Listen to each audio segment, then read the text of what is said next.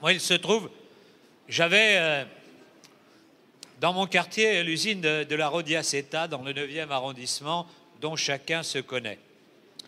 J'avais quelques personnes, l'usine avait été détruite, et on avait gardé simplement la loge de concierge qui avait été construite dans les années 60 et dont on avait fait le bureau de vente de la future ZAC, une ZAC qui au départ n'avait pas très bien marché, qui ensuite s'est développée de manière très forte.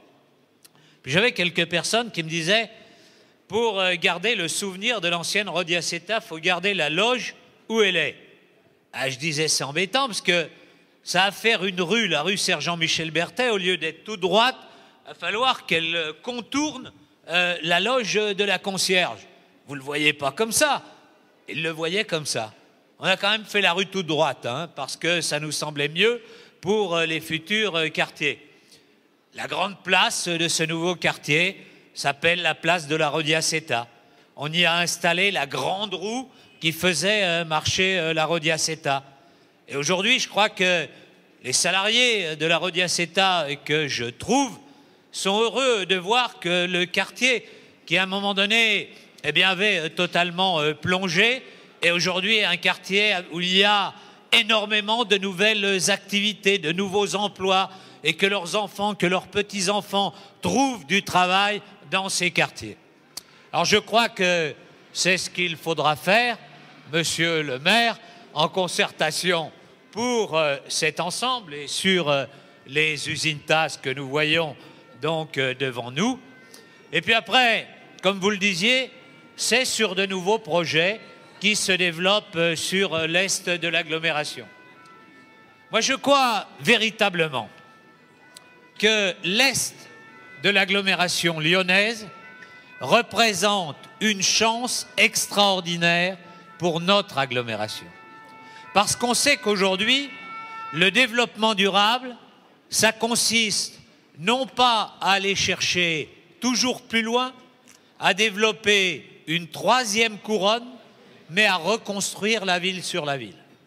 Et nous, à Lyon, nous avons la chance d'avoir des ténements à reconstruire qui sont extraordinaires. 500 hectares ici. Je ne sais pas sur la zone industrielle de Villeurbanne, mais sans doute quelques centaines d'hectares.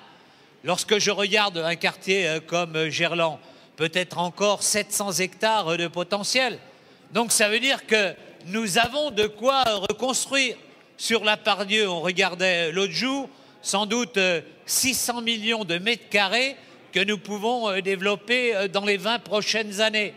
Donc nous pouvons faire la ville de l'avenir, cette ville durable qui ne va pas s'étendre sur d'autres lieux, mais qui effectivement profite eh bien, des transports en commun que nous avons pour se densifier autour des transports en commun. Et ici, quelle chance! À la fois le métro, le tramway. Il est clair qu'on est à 10 minutes de la Pardieu.